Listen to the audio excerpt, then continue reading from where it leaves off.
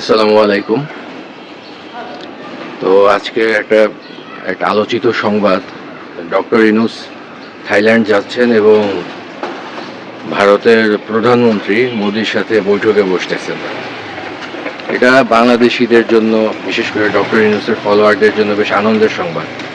পাশাপাশি ভারত থেকেও বেশ উচ্ছ্বাস প্রকাশ করা হচ্ছে।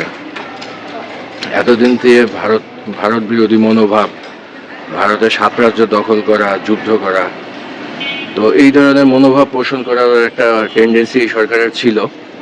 পাশাপাশি সরকারে যারা আছে এদের চাইতে সরকারের অনুসারীরা বেশ অ্যান্টি ইন্ডিয়ান হয়ে উঠেছিল। তো এখন সর্বশেষ চীনে গিয়া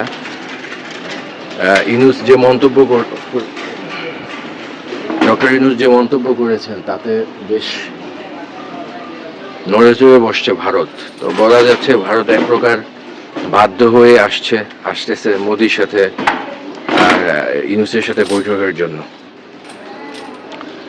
এই প্রসঙ্গে মানে এটা একটা ভালো উদ্যোগ। আর ডক্টর ইউনূস যদি এখন ভারতকে ম্যানেজ করতে পারে, বিশেষ করে বাণিজ্যিকভাবে, এবং 2012 সালেও যে উনি একটা তত্ত্ব দিয়েছিলেন যে বাংলাদেশ এবং ভারতের 7 রাজ্য একটা অভিন্ন সাপ্লাই চেইনের মধ্যে নিয়ে আসার জন্য, তো এই প্রস্তাবটা যদি ভারত গ্রহণ করে, তাহলে এই যে ভারত থেকে হাসিনাকে নিয়ে আইসা বিচার করা, আওয়ামী লীগ নিষিদ্ধ করা, আওয়ামী লীগের আসতে পারবে না, এইসব কথা আর ইউনূস সরকারের কাছ থেকে পাওয়া যাবে না। ভারত মোটামুটিভাবে নিজের স্বার্থে ইউনূসের হয়ে কাজ করবে।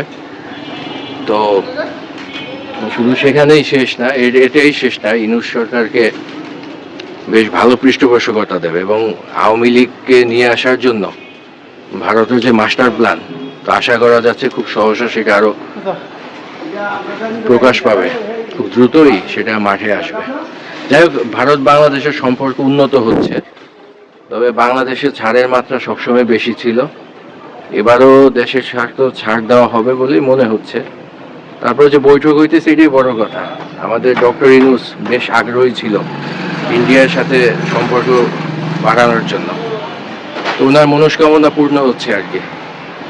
আর এতদিন যারা দাবি করছেন ইন্ডিয়া থেকে হাসিনারে আনবেন, বিচার করবেন, এদের জন্য এক বালতি সমবেদনা ছাড়া আসলে আর কিছু সামনের দিন অপেক্ষা করতেছে না। রাজনীতির মতোই সামনে চলবে। আপোষ করে যদি ইউনূস থাকতে পারে দীর্ঘদিন, হয়তো থাকতে পারবে, তবে